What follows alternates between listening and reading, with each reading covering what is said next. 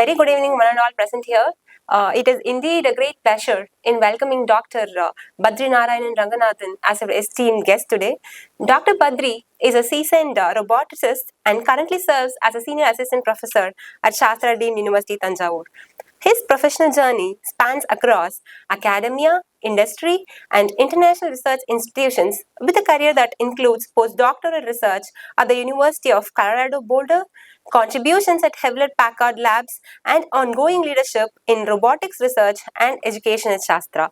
Dr. Badri has led and contributed to several high-impact projects includes DST-SERB-funded initiative on quadrotor-based cable-driven parallel manipulators, and then industrial consultancy with TVS Motors for autonomous navigation algorithms in AGVs, and rupees 1.89 crore mobile manipulator development project which was funded by Ministry of Heavy Industries.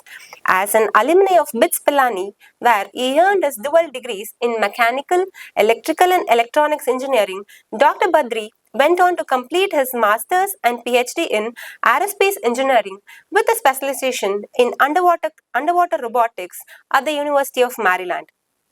His scholarly work is widely recognized with numerous publications in reputed journals such as Computers and Electrical Engineering, Advanced Functional Materials, and IEEE Transactions on Robotics. He has also presented at several leading international conferences including ICRA and IROS. His innovative work has resulted in multiple patents, which includes the granted patents in India and in the United States, which covers the technologies from underwater navigation to assistive mobility devices and autonomous sensing platforms. In addition to his research achievements, Dr. Badri has been instrumental in setting up the cutting-edge infrastructure at Shastra, which includes the labs for autonomous mobile robots, digital manufacturing, and UAV training. He has also been recognized with the prestigious Guru Shrestha Best Teacher Award in both the academic years 2020 to 2021 and 2022 to 2023. This reflects his dedication to both the research and the teaching excellence. We are very much honored to have Dr. Badri Narayanan Ranganathan with us today, and we all look forward to the valuable insights that he brings through his work at the intersection of robotics, engineering, and innovation. We welcome you, sir. And we are also delighted to introduce the host of today's talk series, Ms.Akhilashree, a dedicated researcher currently pursuing her Ph.D. in nanotheranostics under the guidance of Professor K. Uma Maheshwari. With a strong academic foundation in biotechnology and medical nanotechnology, her research focuses on the development of targeted therapeutic strategies for neurological disorders, particularly for cerebral stroke. Akhilashree has also undertaken several advanced courses in neuroscience and molecular genetics and consistently achieving the top ranks on the national platforms.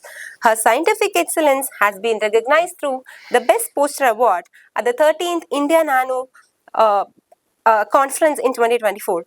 Beyond her academic pursuits, she is a trained classical singer and the Bharatanatyam dancer as well, and she has earned accolades in both the state and institutional levels for her contributions to the arts. We are excited to have Ms. Akhilashree to lead this engaging session today. And I invite Dr. Badri Narayanan Ranganathan and Ms. Akhilashree to take over the stage. We welcome you, sir. Welcome you, Akhil. So welcome everyone to SciXchange, a unique interview series where research scholars engage with distinguished professors to explore their journey, challenges and insights, and I welcome sir. Okay. So to start with, let's just have a fun activity. I request you to share two truth and a lie from your personal and academic journey, and let the audience guess which one is a lie. Okay. Hi everyone, thank you for coming. Let's see, so I have trekked 10,000 feet above sea level. I've done bungee jumping. I've appeared on TV on a 30-minute show. And one of this is a lie. So any guess of which is a lie? What? Trekking is one answer. Have you taken everyone's view? Trekking? I said trekking.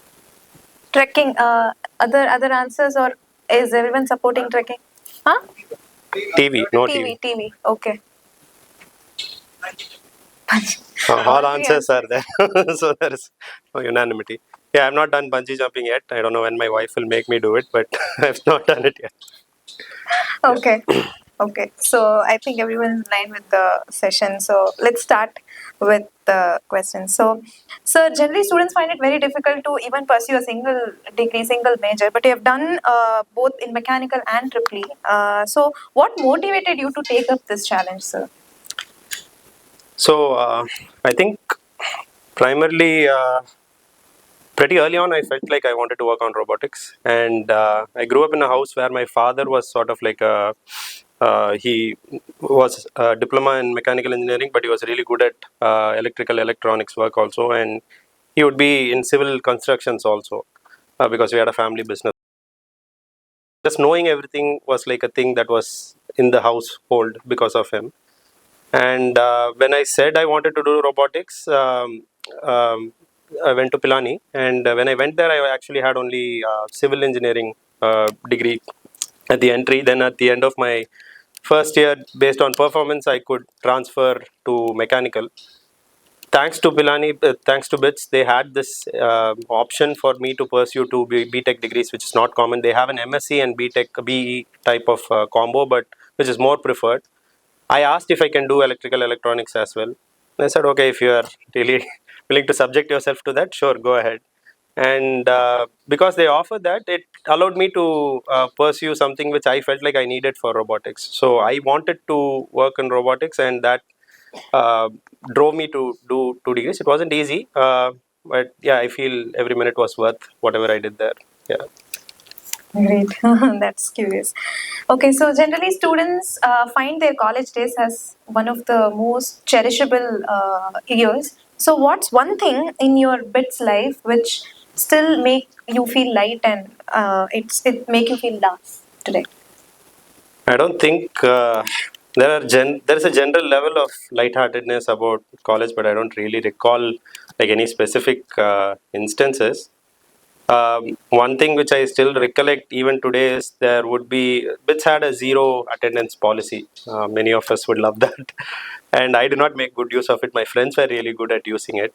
So before the exam, like couple of days before the exam, they will all land in my room, and the entire wing will be in my room, and we will do combined study, and then they will somehow get themselves ready. One funny thing which we would always experience is 10 minutes before stepping out of the hostel to go to the exam hall, they'll play a song, Final Countdown. And yeah, after all that you have missed, that song is going to inspire you to go and do well in the exam. That's something I still think about and laugh. But yeah, generally there was a large level of lightheartedness. I don't recall any specific instances other than this one. Okay, nice. So after your bachelor's and master's, you did your higher studies in US. Yeah. Why did you specifically choose University of Maryland? Is there any specific thing that Actually, I think many people who answer these types of questions will be like it was destiny, serendipity, all those things, which is true for me as well. I think I'd applied to a few schools, notably Carnegie Mellon was one, Purdue was one, I think. Maryland mechanical engineering was, I think, the deadline was later, and I was just contacting professors there to see if I could fit into some lab there. And one of them, Professor Santiago Solares, he responded saying, thanks to that man, because he did not want me, but he said, I know somebody who may actually have the lab for your background. And he put me on to my advisor, but he was in the aerospace department. And his name is Professor Sean Humbert. And the deadlines for aerospace had closed, and I had not even applied.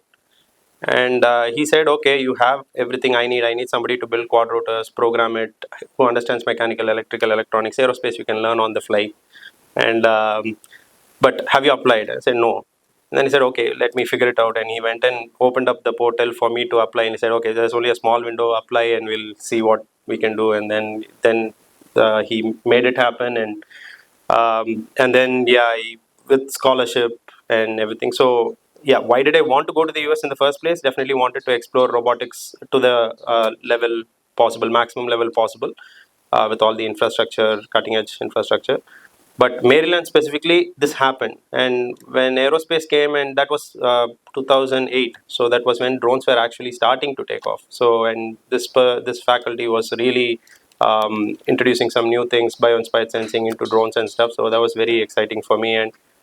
And this itch of learning something else now. So I had mechanical, electrical. Now can I go and learn aerospace as well? So that was also there. So to know more things was very exciting. Yeah, that's probably what. That's inspiring, sir. So generally, when a student enter into a PhD life, they feel very uncertain or as of what they'll be doing next, and it'll be very they'll be very uncertain about stuff. Right. So, but there will be some point in their life where it will be a turning point of their research journey. So, what is that turning point in your PhD journey, which led you a different research perspective? I don't think there was any one momentous occasion. Some people find something and that leads them on to something. I think for me, my PhD was a continuous body of work that I had to make. And I don't think there was any one like turning point as such. It was steady learning and incrementally just trying to understand how to make things work and how to write that up and what is enough for a PhD. It was an evolution more than any like one point which was a revolution in my thinking. Yeah. Okay. So you've worked in different global platforms. So what's the research differences or ecosystem differences that you see in India and US? I think the philosophy itself will be different because US is already very well developed and they had access to a lot of funds and they have set up very esteemed institutions for over a really long period of time. We are still a developing country and our objectives are different. We are trying to still establish a lot of good research work, and so it's sort of not correct to compare like that. When I went there, I felt like the freedom which my advisor gave me was very refreshing. So he would probably meet me like once a month or 2 months, and this interaction will pretty much be like, how's it going? Going well. Okay. If I had a problem, he'd be like, you just fix it. Just come back in a couple of weeks. I'm sure you'll figure it out. So that's all was his input towards anything. And he never pushed me to be like, okay, this is time sticking, do this, do that. Nothing was there. He didn't check whether I'm in or not. And so that sort of freedom was, I mean, if used with responsibility, obviously that's empowering. So that was there, and timeliness, everybody was there on time, and for anything, meetings, whatever it is, extremely timely. Those things were nice, and the sort of camaraderie that we had among graduate students, I felt was very nice, though we were all sort of doing a lot of research, lot of work, and had all our deadlines. We had a very tight bond as friends as well outside the research space. So those were all sort of first for me there. I only saw it there, and only after that I've come here. So those were all things that when I went there, I was like, okay, this could also be a way to work. So, but other than that, I won't really try to compare too much. But these were things that stuck out for me when I went there. Okay, nice. So you began your career working in HP Labs on documentation authentication. So that's quite different from robotics. Yeah. How did this transition happen, and how did it help in your research? So basically, if you try to do robotics, you'll almost be like, I have to learn everything, and I need mechanics, I need electrical, electronics, and if you're doing aerial robotics with drones, you need to understand aerospace. And you also, my thesis was related to bio-inspired sensing, so I had to learn biology as well. So you're generally open for all forms of knowledge, including computer vision, image processing, and things like that. So the reason why I went to HP Labs was I think it was the only research lab type of an opportunity that was available at the completion of my BE at Pilani. Pilani had a practice school type of a thing where you do an internship for a few months in a company, and among the companies that were available, HP had a research lab, and I wanted to do research, and I was like open to whatever was available. When I went to HP, they actually said, we don't know where to fit you. We are a computer science based group, but my guide there was Professor Srinivasan Ramani. He was actually in the team that built the first digital computer in India, and but he was a very well-read, widely knowledgeable man, and he said, okay, I'll give you something which will be interesting for your robotics as well, and also for our company as well. So that's where the document image authentication types of things came, and those image processing techniques I've used on my robots as well. So fundamentally, those knowledge, the knowledge that I acquired there are still relevant for robotics. So I generally do not have like very strong boundaries between disciplines. I'm like happy to move across disciplines. Even here with Max faculty, I've had occasion to talk to some faculty. Even there's a new faculty recruited in SAAS. His background is more towards the mathematical side. So we are sitting and talking about homeomorphism, diffeomorphisms, and I'm like, okay, I studied that 10 years back. I've not used it, but even the mathematical aspects are very important for controls. So yeah, I generally find it nice to learn about things. So SP was a great opportunity in that front. So you support interdisciplinary research? Yes, as much as possible. If there is something new that I can learn in anything that I do, I'm very up for it. Yeah. Okay. So, sir, what motivated you to stay in academia rather than moving fully to an industry? Because mechanical engineering, robotics, aerospace, it's all very industry oriented. Yeah, so I think somewhere during the process of PhD, I became very clear that I did not want to work in an industry. I really wanted to only teach and research to the extent possible. And I generally find it a very peaceful way of existing when I'm teaching in a class as compared to other. I'm not demeaning any profession, but I just feel like transactionally, if there is any exchange, any type of transaction that you're doing with anybody in a business, you would be like, okay, I want to get the upper hand, I have to make a profit, and all those things are there. With a student, you're like, okay, I'll give you all my knowledge. Please take it and do something with it. It's good for you, it's good for me, and I'll teach you as much as I can. And I don't have any, like, I don't need to hold back anything. It's a very freeing sort of an experience to be a faculty member, and I really enjoy when I'm able to teach something and they get it. That feels really good, that when they come back and say, okay, this is what you said, this is what it is, now I made something with this. If they say something like that, I'm really happy. Nice, so it nice. makes sense for me. I've chosen the right one. Nice, sir, because you help shape next generation innovators. So it's Right. truly admirable. Okay, so now since everyone here, the predominant audience here is PhD scholars, their life comes with fair challenges, maybe burnouts, self-doubts, lack of direction, or writer's block and all that. So what's the toughest moment in your PhD life, and how did you overcome that? So I would say everyone's PhD journey will be unique. So one thing is, you should never compare your journey with somebody else's journey. And my technical problem itself was difficult, so I had to do some CFD, then I had to fabricate a sensor with MEMS, and then I had to do build a robot, then do a control systems for it. So it was a very wide, like covering topic. So it looked like a mountain, and at that time I would keep telling myself actively, don't look at the top, just this step now. We will eventually look at the top. Just keep looking at this step. I need to take this step next. Make this sensor. First make it work, then look at the top. Because every time you think of the end, it's like very overwhelming.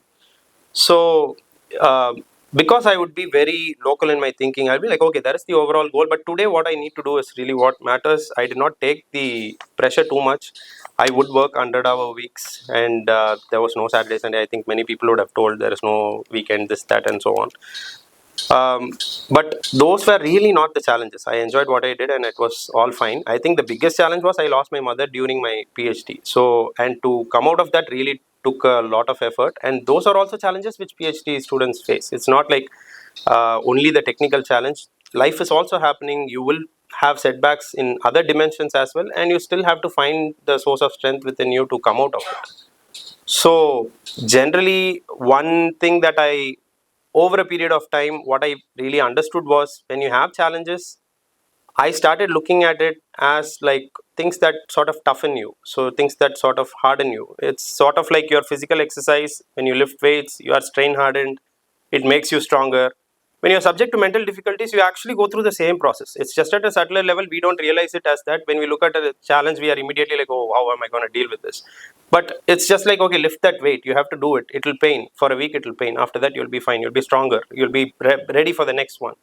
So challenges when they come, that's how during my PhD, nowadays I don't think like that. I'm just working.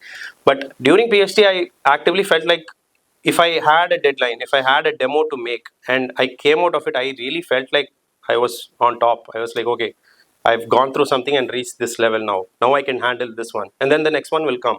And it will never end. If you think PhD is the challenge and life after that will be like smooth, sorry.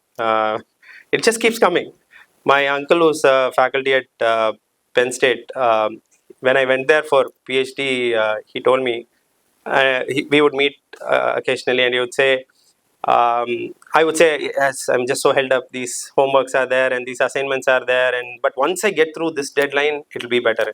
And like you think like that, but it never ends. It will just keep coming. The next one will come. The next one will come. You'll just keep going.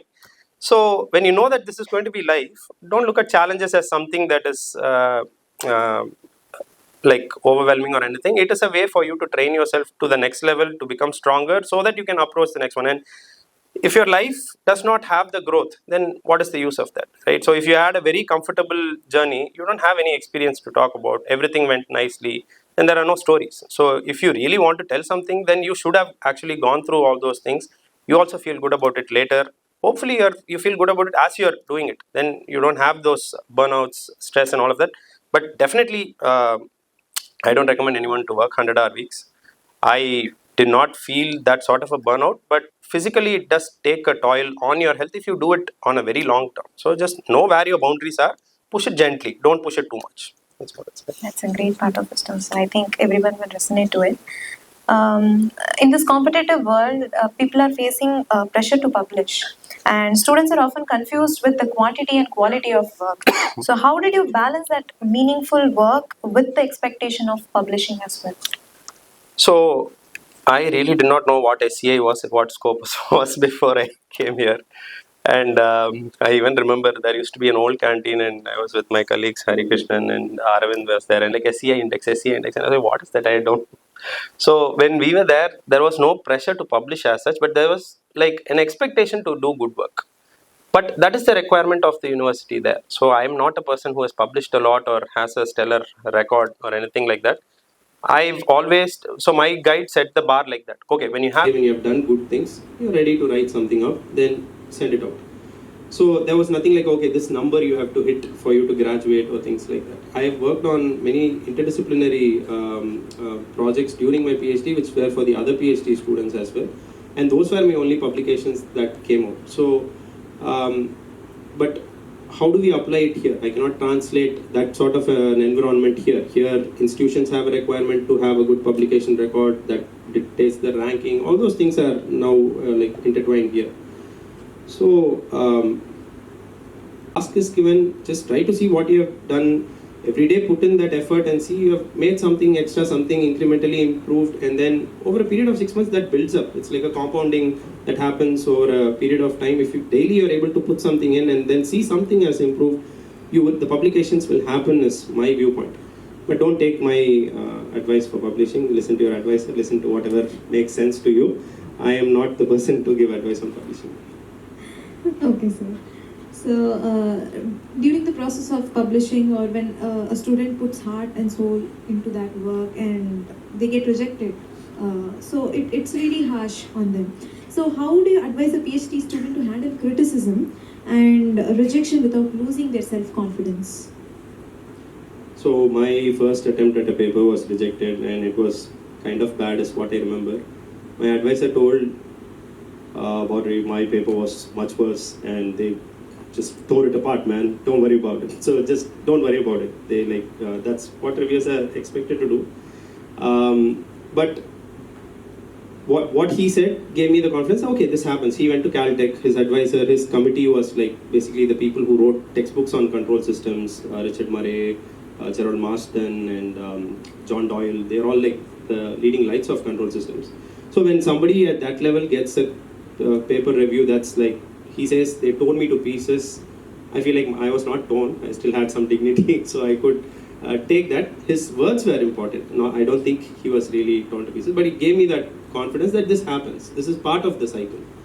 Now, reviewers are generally, I don't know if it's a very, it's a thankless job. somebody sends a paper for reviewing, you're going through it, and then you are trying to give your honest opinion. You are interested in doing it, but still you're giving your comments or opinions for free pretty much. And if somebody is doing that for you, they are spending the time and then pulling out all the problems in your paper and highlighting it to you, you should actually feel grateful for that.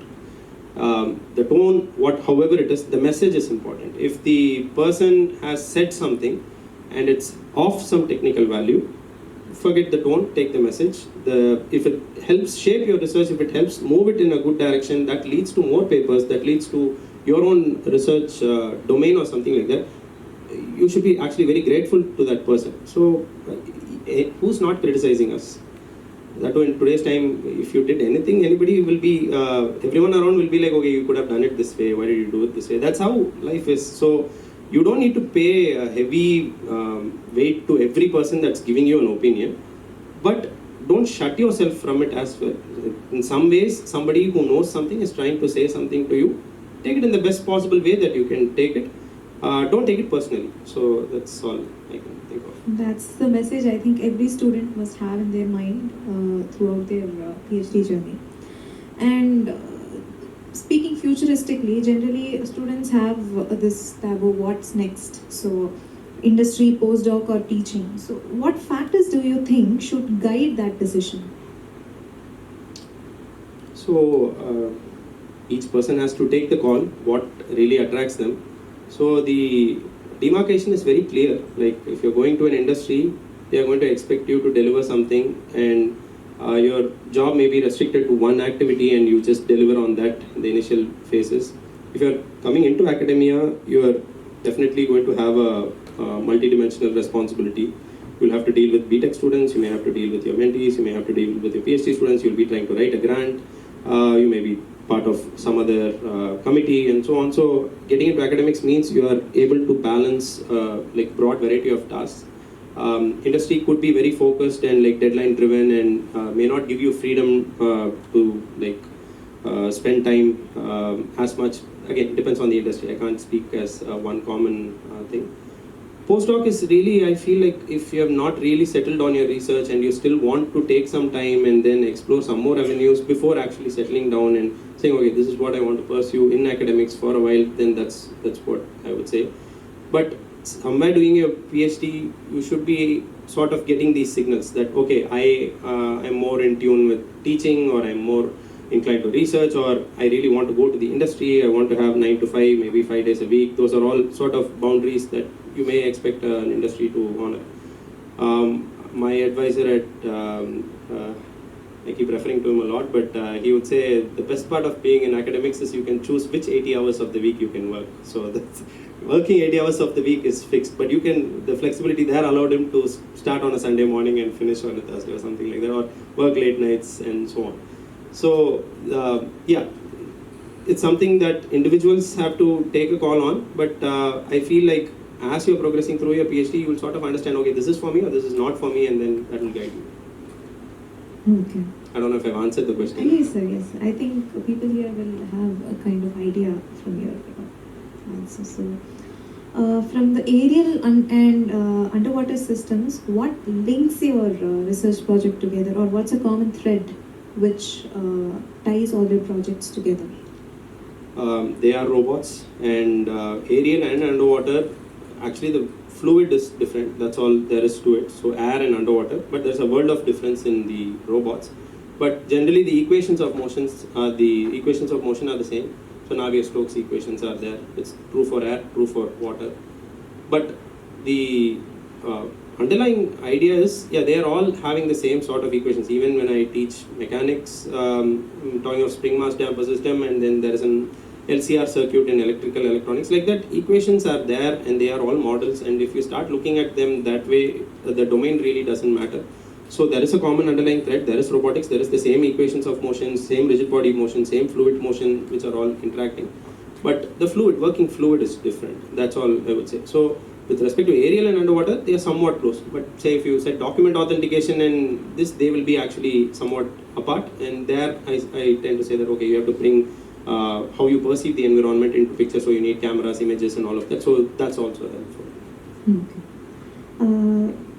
Okay, so if you could build a robot for purely personal tasks at home, what would it do? So I have thought of this. I still, even 2-3 days back, I think I was thinking about this. If at all I have to cut vegetables, I'm thinking it's a very complex task, and the vegetable shape is different, so you have to adapt to it. And I keep thinking, okay, how is my hand moving? How do we make this sort of a thing happen? It's very complex and all of that. But my wife actually says that's not the robot we want. She's petrified of insects, spiders, lizards, and she wants me to build cockroaches. So she says you should build a drone which will go and take, and I don't like killing anything, even if it's an ant. So she says make something called a roach poacher. So it will go around and like just trap the insect and then it will take it out. So build a drone for that, and then we'll talk about your vegetable cut. But yeah, the common things that we take for granted in households, so those are all really difficult to do. So we just do it without thinking. Robots still have a way to go to get to that. That's nice idea so much.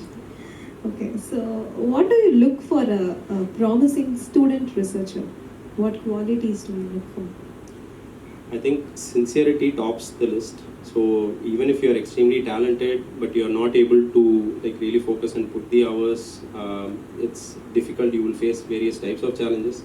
Since if you're just sincere to the task, okay, a task has been given, I will do whatever is required for that task, you will definitely come out with something that is respectable.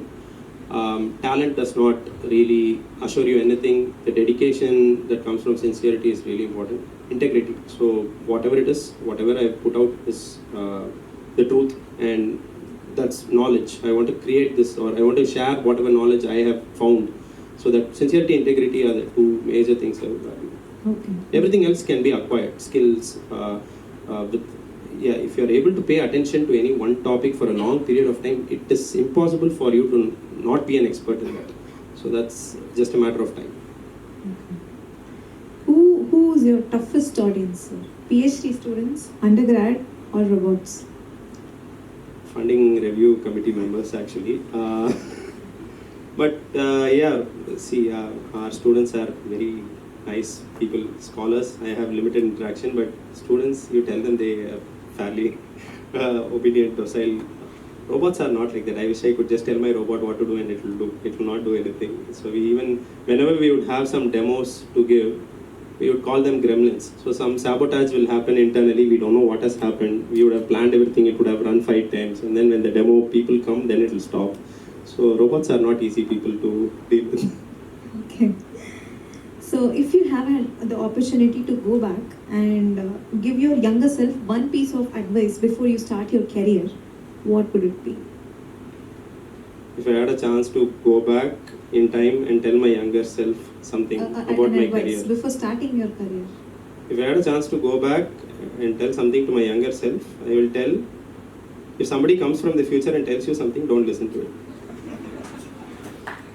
You just have to go through life, and like if they are promising you something like, oh, you do this one, then that one will come, then some other problem will come.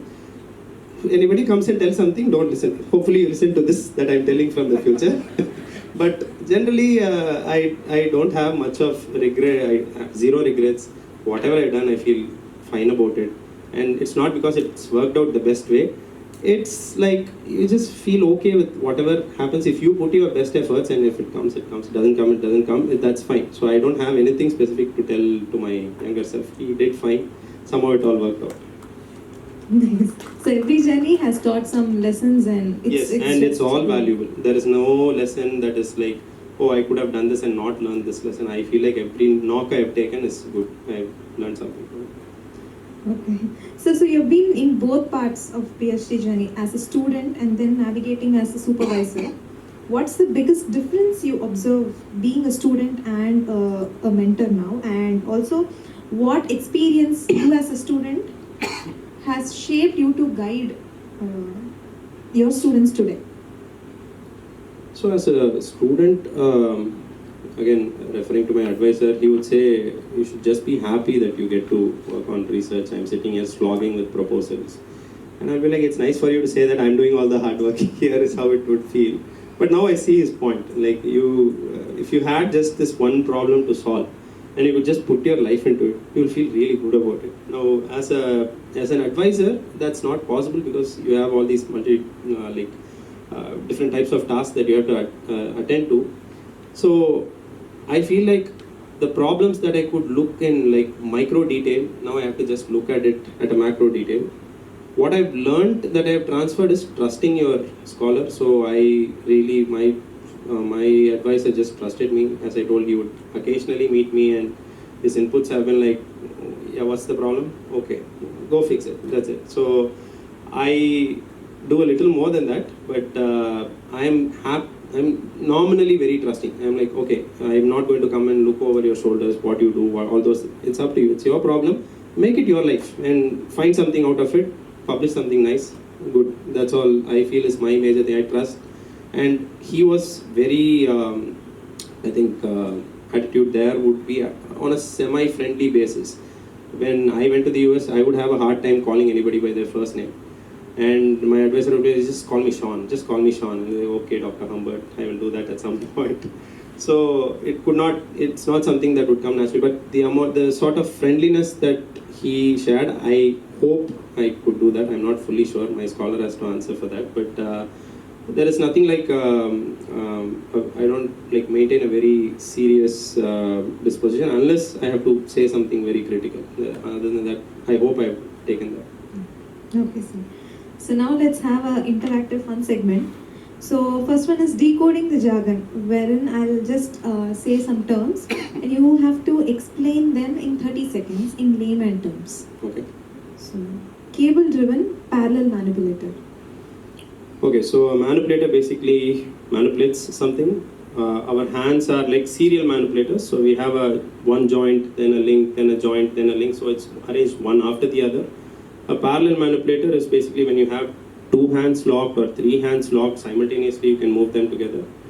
And instead of using these bones, if I use cables, that's a cable-driven parallel manipulator. It has very good uses for specific tasks in robotics. Optic flow navigation. Optic flow is way insects see the world. So I don't know how many of you have seen Iga or Nani. That insect will see the villain and then be like, okay, now I'm going to get you. Insects don't see anything like that. They only perceive motion. And that motion is like water flowing. They will just see, as they are moving, they will see patterns of the intensities move across. And that is called as optic flow. And we also experience it if we are very close to one side of a tunnel and we are moving. This side will appear to move fast and this side will appear to move slow. That parallax induces that. So that is optic flow actually. Electrolocation. Electrolocation, yeah, there's a lot of biology. So insects, fishes, this is what I was working on. So electrolocation is basically using the sense of electricity which some fishes have. They would generate their own electric field and then measure some perturbations in the environment to that field when they receive it. And based on that, they find out where the objects are. That's electrolocation. Swarm robotics. Swarm is when you have multiple robots and they form a swarm. This is very commonly used for drones. But whatever I'm trying to do now also as part of my research grant is have multi-robot sort of cooperating, collaborating and doing stuff. So that's all under swarm robotics. Okay. Now let's go to a rapid fire. Okay. Most exciting field right now, robotics, aerospace. I wouldn't say they're mutually exclusive, but robotics, aerial robotics also is there, but I feel robotics is better. One piece of technology you can't live without. There is no such thing, but anything that plays music I want to have in my life. So a tape recorder or Walkman or iPod. Favorite programming language? C++ and Python, I use Python, I guess. Teaching or research? If one, which would you choose? If one, teaching. But both are actually knowledge seeking and sharing. So they are the same, I feel, but teaching, yeah. Your proudest research project so far? There's nothing like that. Yet to come. Hardest part of being a PhD advisor? To find time for your scholar. I think that's a big challenge. If you could collaborate with any scientist, living or dead, who would it be? Living is preferable. And anybody that wants to do something good, I am not behind any particular person. Anybody that wants to do good, if they are alive, I can communicate. I'm not really good with communicating with ghosts. So alive people who can do research, good research, helping society, good. What's one task robot will never beat human at? Caring for other humans, I guess. It's not in their job description. Okay. What did you want to become as a child? It may sound corny, but from a young age, whatever I did was directed towards robotics. Okay. A gadget you still love from 2000s? I don't know what a 2000s gadget specifically is, but headphones, earphones, I still use them. Okay. If they count. Favorite late night snacks during your thesis writing? Coffee, tea. Coffee is not snack. I didn't snack much, but coffee, tea is standard even though coffee is there. One song that gets you in zone? Never out of the zone. Always in the zone only. But back in PhD times, I don't know if you know also, there's a movie called Rocky, Gonna Fly Now, Bill Conti War, and like many, it's about a boxing person trying to win against all odds. So those would be very exciting during PhD times. Now, always in the zone only. There's no time when I'm not in this. So if hypothetically, if you are not an engineer, what would you be? Yoga instructor or counseling, a person who does counseling. Your favorite vacation spot you visited? I, again, don't have anything like that. I visited Bhutan, I felt it's very peaceful. Bali I found very intriguing, but yeah, nothing like a favorite. I like to just know what is there in that place. A book or a movie that deeply inspired you? Inspired me to do some research like that, or just... Like in life perspective? I don't think anything has inspired me to do any work actually. A movie which touched me recently, I felt Kadasi Vivasai I've seen, I felt something it did to me which I wasn't able to articulate, but something felt different after seeing that movie. So what's your one habit that keeps you productive? I don't know if it's a habit, I don't even know if there is a choice to not be productive. But I don't dwell too much in the past or future. Whatever task is at hand, I do. One thing you cannot live without, not just gadgets, one thing. Family, guru, music, these three things. So next is audience poll. I'll fire with some proactive or provocative, futuristic or ethical robotic question, and I want you to give your polls first, as in it'll be yes or no type question. So you just give your response and later we'll take sir's expert opinion. Would you trust a robot to perform surgery on you without human assistance? Yes. You can raise your hands. No? Okay. What's your opinion, sir? It'll definitely happen soon. If it's not already happening, definitely will happen. And there will be cases made that humans are also making mistakes, robots are also making mistakes. Percentage of mistake, when it comes down, it will become another technology like a scanner. It will happen. So others who are scared right now, please get used to the idea. Okay. So, should autonomous weapon systems be allowed to make decisions on battlefield? Yes. No? You can raise a bit more. So it's a bit divided, I think. What we allow actually, the rules of warfare are dictated by the enemy. We don't have a choice on that. So if they are going to do it, you have to do it. Otherwise you will be a fool. So I'm pretty sure this will also happen. And yeah, after some catastrophe, they will roll it back, I think, but it will definitely happen. Okay. So would you ride in a fully autonomous flying taxi, no pilots, no remote humans? Yes. Okay. No? Interesting. Audience are like... So this one you have a different opinion. So even the flights that we fly, which is operated by humans, we know we are having a lot of challenges. And that is also automated to a large level. So the transition from that going into an unmanned complete flight is actually only very little. But the same amount of risk exists. So, but there will be a time when that is possible. So that will also happen. Okay. Should self-driving cars be allowed on Indian roads today? Would you let a robot... Oh, okay. Yeah, Indian roads today. Yes. Today. Yes. Okay. No? Oh my God.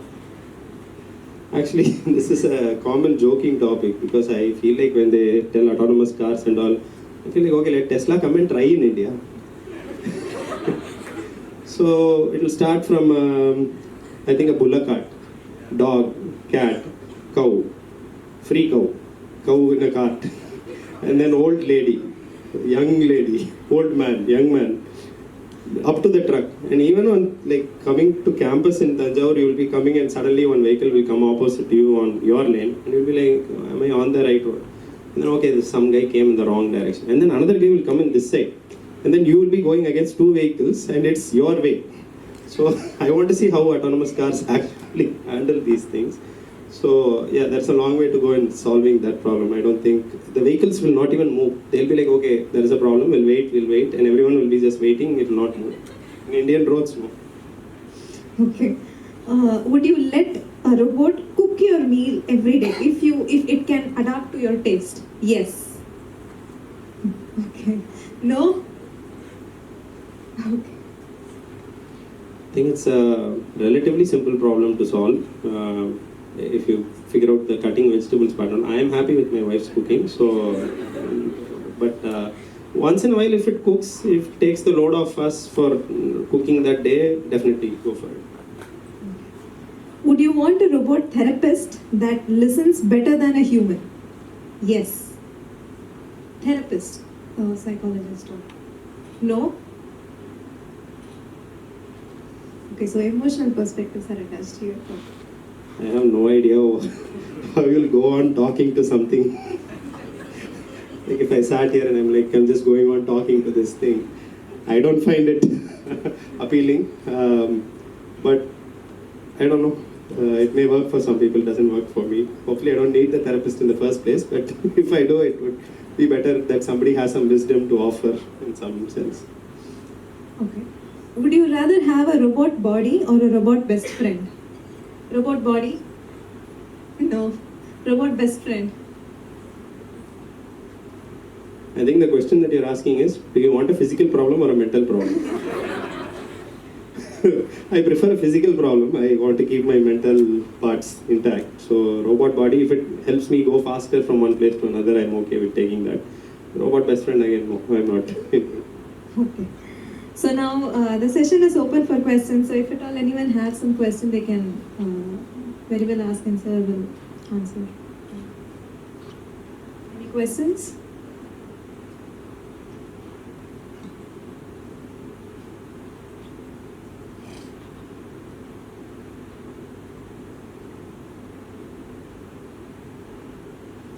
Okay.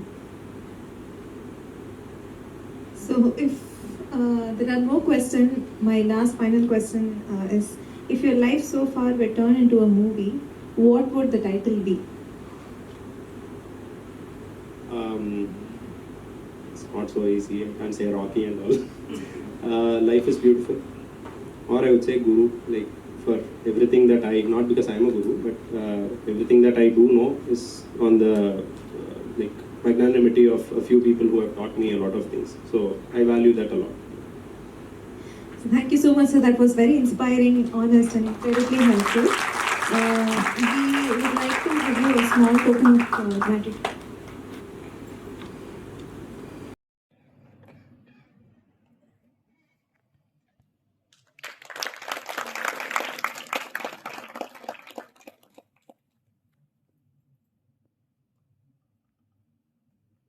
Thank you so much, sir, for sharing your academic journey. Thank you, sir. And sharing your memorable life experiences with us. Thank you so much. It was insightful and motivational as well. Thank you, Akhila, for making the session so lively and engaging. On behalf of SciXchange and SASTRA, I thank all the audience who have spared your time amidst all the research works. Refreshments have been arranged outside. You can have it. And thank you so much.